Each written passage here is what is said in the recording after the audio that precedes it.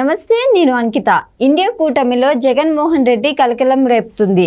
అయితే అసలు జగన్మోహన్ రెడ్డి కూటమిలో చేరబోతున్నారా, చేరితే ఏ టైంలోపు ఆయన కూటమిలోకి వెళ్ళబోతున్నారు అన్న టాపిక్ పైన డిస్కస్ చేయడానికి నాతో పాటు సీనియర్ జర్నలిస్ట్ సిఎస్ఆర్ ఉన్నారు. ఆయనతో మాట్లాడదాం.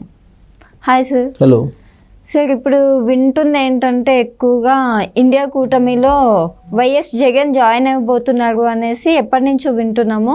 సో ఫైనల్గా ఆయన జాయిన్ అవ్వబోతున్నారా, లేకపోతే కొంతమంది చూస్తేనేమో ఇంకా తొందరలోనే జాయిన్ అవ్వబోతున్నారు అని తెలుస్తుంది. సో ఇది ఎంతవరకు నిజమంటారు? ఒకటి ఏంటంటే, జగన్మోహన్ రెడ్డి ఇండియా కూటమిలో చేరబోతున్నారు అనేది ఇటీవల కాలంలో వస్తున్నటువంటి ప్రచారం. అయితే ఆయన చేరే అవకాశం ఉందా లేదా అనే దాని మీద అయితే ఢిల్లీ కేంద్రంగా చేసుకొని ఒక చర్చ అయితే నడుస్తుంది. దానికి ఫైనల్ టచ్ ఇవ్వడానికి కాంగ్రెస్ పార్టీ పార్లమెంటరీ సమావేశంలో చర్చ జరగబోతుంది బుధవారం రోజున అనేది ఒకటి ఢిల్లీ నుంచి వినిపిస్తున్నటువంటి సమాచారం. ఎందుకంటే యాజ్ పర్ ద షెడ్యూల్ ప్రకారం బుధవారం రోజున ఢిల్లీలో కాంగ్రెస్ పార్టీ పార్లమెంటరీ సమావేశం జరుగుతుంది. ఆ సమావేశంలో ఇండియా కూటమిని మరింత బలోపేతం ఎలా చేయాలి అనే దాని మీద ఒక చర్చ జరిగేటువంటి ఛాన్సెస్ ఉన్నాయి అనేది కూడా వినిపిస్తుంది. అందుకే జగన్మోహన్ రెడ్డి ఇండియా కూటమిలోకి వస్తారా, వస్తే తీసుకోవాలా వద్దా అనే దాని మీద కీలకమైనటువంటి నిర్ణయం రాహుల్ గాంధీ తీసుకోబోతున్నారు అనేది వినిపిస్తుంది. ఎందుకంటే పార్లమెంటరీ పార్టీకి నాయకత్వం వహించేది రాహుల్ గాంధీ. సో రాహుల్ గాంధీ నిర్ణయాన్ని బట్టి జగన్మోహన్ రెడ్డి యొక్క అడుగులు ఉండేటువంటి అవకాశం ఉంది అనేది కాంగ్రెస్ పార్టీలో అంతర్గతంగా జరుగుతున్నటువంటి చర్చ. ఇటీవల కాలంలో జగన్మోహన్ రెడ్డి ఢిల్లీ వెళ్ళారు.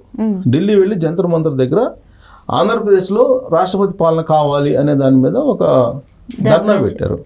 ఆ సందర్భంగా అక్కడ ఇండియా కూటమిలో కీలక భాగస్వాములుగా ఉన్నటువంటి Samajwadi party, TMC Trinamool Congress, DMK, వీళ్ళకి సంబంధించినట్టు ఈ పార్టీలకు సంబంధించినట్టు ప్రతినిధులు మద్దతు ఇచ్చారు.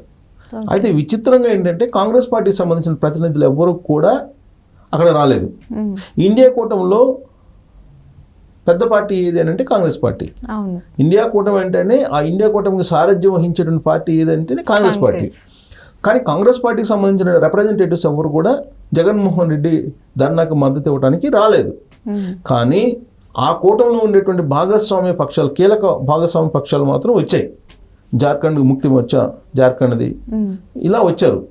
రావడానికి జార్ఖండ్ ముక్తి మోర్చా నుంచి ప్రతినిధులు వచ్చారు, జేఎంఎం నుంచి, అలాగే ఉత్తరప్రదేశ్ నుంచి సమాజ్వాదీ పార్టీ వచ్చింది, అలాగే ఆర్జేడీ బీహార్ ఆర్జేడీ లాలూ ప్రసాద్ యాదవ్ ఆ పార్టీ నుంచి రిప్రజెంటేటివ్స్ వచ్చారు. తర్వాత డిఎంకే తమిళనాడు వాళ్ళు వచ్చారు. ఇట్లా కీలకమైన భాగస్వామ్య పక్షాల ప్రతినిధులు వచ్చి మద్దతు తెలిపారు. అయితే ఇక్కడ కాంగ్రెస్ పార్టీ మద్దతు ఇవ్వలేదు అనేది ఒక చర్చ నడుస్తుంది. ఆ రోజు నుంచి కూడా కాంగ్రెస్ పార్టీ ఆయనకి సంఘీభావం ప్రకటించలేదు, మద్దతు కూడా ఇవ్వలేదు. అంటే కాంగ్రెస్ పార్టీ జగన్మోహన్ రెడ్డిని వద్దనుకుంటుందా కూటమిలో? జగన్మోహన్ రెడ్డి కూటమిలోకి రావడానికి ఒక అడుగు ముందుకేశారా, అలాంటి ప్రతిపాదన చేశారా అనేటువంటి చర్చ ఆ రోజు నుంచి నడుస్తుంది. ఎందుకంటే ఆంధ్రప్రదేశ్లో ఆల్రెడీ బీజేపీ సంబంధించిన కూటమి ఉంది, తెలుగుదేశం పార్టీ జనసేన కూటమి ఉంది, ఎన్డీఏ కూటమి ఉంది. కాబట్టి ఎన్డీఏ కూటమిలో చేరడానికి అవకాశం లేదు జగన్మోహన్ రెడ్డికి. రాబోయేటువంటి ఎన్నికల నాటికి ఏదో ఒక కూటమితోటి ఉంటేనే రాజకీయపరమైనటువంటి మనుగడ ఉంటుంది అనేటువంటి ఒక ఆలోచన, అలాంటి అభిప్రాయం బలపడింది ఇటీవల కాలంలో జరిగిన ఎన్నికల్లో వచ్చిన ఫలితాలను బేస్ చేసుకుంటే. ఎందుకంటే అటు ఎన్డీఏ కూటమిలోనో ఇండియా కూటమిలోనో ఉంటేనే వాళ్ళు రాజకీయంగా ఎంతో కొంత వాళ్ళు పర్ఫార్మెన్స్ చూపించారు. మొన్న ఎన్నికల్లో 2024లో జరిగిన ఎన్నికల్లో ఈ ఇండియా కూటమికి అలాగే ఎన్డీఏ కూటమికి దూరంగా ఉన్నటువంటి పార్టీలు పర్ఫార్మెన్స్ చూపించలేకపోయారు. దానికి కారణం జాతీయ స్థాయిలో ఏ పార్టీ బలం లేదు వీటికి అనేది. ప్రాంతీయ పార్టీలు సపోజ్ ఏ కూటమిలో లేనటువంటి పార్టీలు తీసుకుంటే కనుక మనకి బీఆర్ఎస్ పార్టీ ఘోరంగా దెబ్బతింది మనం. అలాగే అక్కడ వైఎస్ఆర్ కాంగ్రెస్ పార్టీ దెబ్బతింది, ఒడిశాలో బీజేడీ దెబ్బతింది. అట్టా నీకు కూటమిలో ఉన్న పార్టీలు సక్సెస్ అయ్యే, కూటమిలో లేనటువంటి పార్టీలు ఫెయిల్ అయ్యాయి. అందుకే రాబోయేటువంటి ఎన్నికల్లో ఏదో ఒక కూటమిలో ఉండడానికి జగన్మోహన్ రెడ్డి అడుగులు ముందుకు వేస్తూ ఉన్నారు అనేది ఒకటి వినిపిస్తుంది.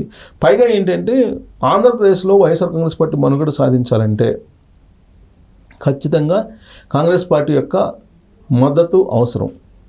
కాంగ్రెస్ పార్టీ బలపడే కొంది వైఎస్ఆర్ కాంగ్రెస్ పార్టీ బలహీనపడుతుంది అనేది జగద్విదితం. అది అందరికీ తెలిసినటువంటి విషయం. ఆంధ్రప్రదేశ్లో గత 10 సంవత్సరాల నుంచి 2014 నుంచి కాంగ్రెస్ పార్టీకి అక్కడ మనుగడ లేదు. ఇక్కడ తెలంగాణలో కూడా పార్టీని నిర్వీర్యం చేశారు, కాంగ్రెస్ పార్టీని. కానీ 2023 అసెంబ్లీ ఎన్నికలలో కాంగ్రెస్ పార్టీ అధికారంలోకి వచ్చిన తర్వాత బలోపేతం అయ్యింది. కానీ అక్కడ కూడా బలోపేతం కావడానికి కాంగ్రెస్ పార్టీ ప్రయత్నం చేస్తుంది. దాంట్లో భాగంగా ఆంధ్రప్రదేశ్ కాంగ్రెస్ అధ్యక్షురాలుగా షర్మిలని నియమించింది కాంగ్రెస్ పార్టీ.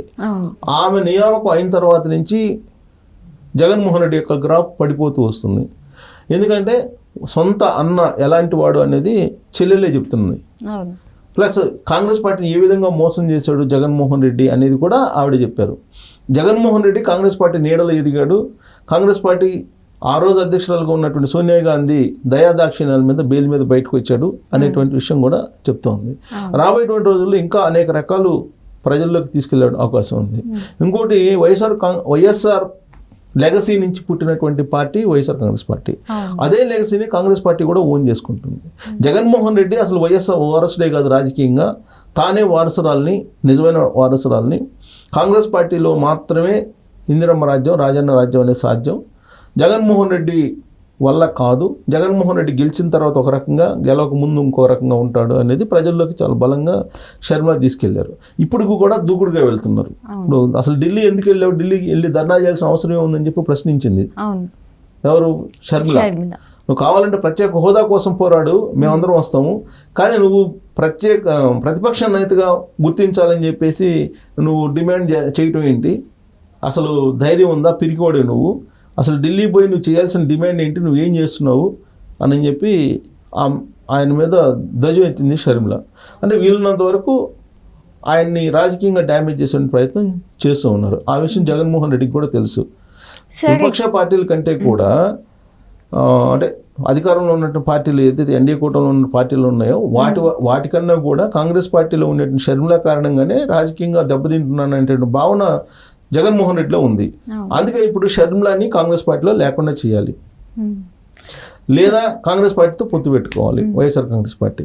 ఇప్పుడు జగన్మోహన్ రెడ్డి గారిని చూస్తే సార్ 2014 నుంచి తీసుకుంటే ఆయన పార్టీ కోసం అంటే చాలా ఎక్కువ పాదయాత్రలు చేయడం కానీ ఇలా కొంచెం అయితే బాగా కష్టపడ్డారు కదా. సో సడన్గా ఇప్పుడు వచ్చిన ఓటమిని బేస్ చేసుకుని ఆయన కూటమిలో చేరుతారంటారా? ఇప్పుడు ఒకవేళ చేరకపోతే ఆయనకి ఏదో ఒక మద్దతు అయితే కావాలి జాతీయ స్థాయిలో. జాతీయ స్థాయిలో ఏదో ఒక మద్దతు లేకపోతే ప్రాంతీయ పార్టీల మనుగడ కష్టం అనేది ఇటీవల జరిగినటువంటి ఎన్నికల ఫలితాలు చెప్తూ ఉన్నాయి. కాబట్టి ఏదో ఒక జాతీయ పార్టీతోటి కలిసి నడవాలి. ఇప్పుడు ఉన్నటువంటి ఆప్షన్ ఏంది ఆయనకి, కాంగ్రెస్ పార్టీ మాత్రమే, అంటే ఇండియా కూటమి. ఎందుకు ఇండియా కూటమిలో డోర్స్ క్లోజ్ అయిపోయాయి. సో ఇప్పుడు ఇండియా కూటమిలో మాత్రమే జరాలి. ఇండియా కూటమిలో ఉండే కాంగ్రెస్ పార్టీ ఈయన ఇష్టపడలేదు. కారణం ఏంటంటే మోసం చేసి కాంగ్రెస్ పార్టీని దెబ్బతీసేటువంటి రాష్ట్రాలు అనేది ఆయన మీద ఉన్నటువంటి ఒక అభిప్రాయం కాంగ్రెస్ పార్టీకి.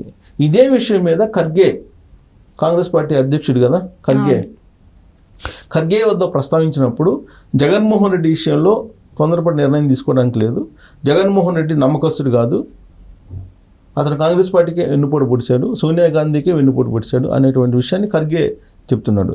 కానీ బెంగళూరు కేంద్రంగా చేసుకుని శివకుమార్ మాత్రం జగన్మోహన్ రెడ్డి కాంగ్రెస్ పార్టీలో కలపడానికి ప్రయత్నం చేస్తున్నాడు. అంటే వైఎస్ఆర్ కాంగ్రెస్ పార్టీని కాంగ్రెస్ పార్టీలో విలీనం చేసేటువంటి ప్రయత్నం చేస్తున్నాడు ఎవరో శివకుమార్. కానీ జగన్మోహన్ రెడ్డి ఏం చేస్తున్నాడు, కాంగ్రెస్ పార్టీతో కలిసి పనిచేయడానికి మాత్రమే ఇష్టపడుతున్నాడు, అంతే తప్ప విలీనం చేయడానికి ఇష్టపడలా. బట్ శివకుమార్ ఏంటి, విలీనం చేస్తేనే నేను మాట్లాడతాను అనేటువంటి యాంగిల్లో ఆయన మాట్లాడుతున్నట్టు కాంగ్రెస్ పార్టీ వర్గాల్లో చర్చ జరుగుతుంది. సో మొత్తం మీద ఏంటంటే ఢిల్లీలో కీలకమైనటువంటి కాంగ్రెస్ పార్టీ పార్లమెంటరీ పార్టీ సమావేశం జరుగుతుంది. ఈ సమావేశంలో ఒక నిర్ణయం తీసుకునే అవకాశం ఉంది. అంటే జగన్మోహన్ రెడ్డిని దగ్గర తీసుకోవాలా, లేదంటే అతను దూరంగా పెట్టాలా, దీని మీద ఒక క్లారిటీ కాంగ్రెస్ పార్టీ ఇచ్చేటువంటి అవకాశం ఉంది త్వరలో. Okay, thank you sir.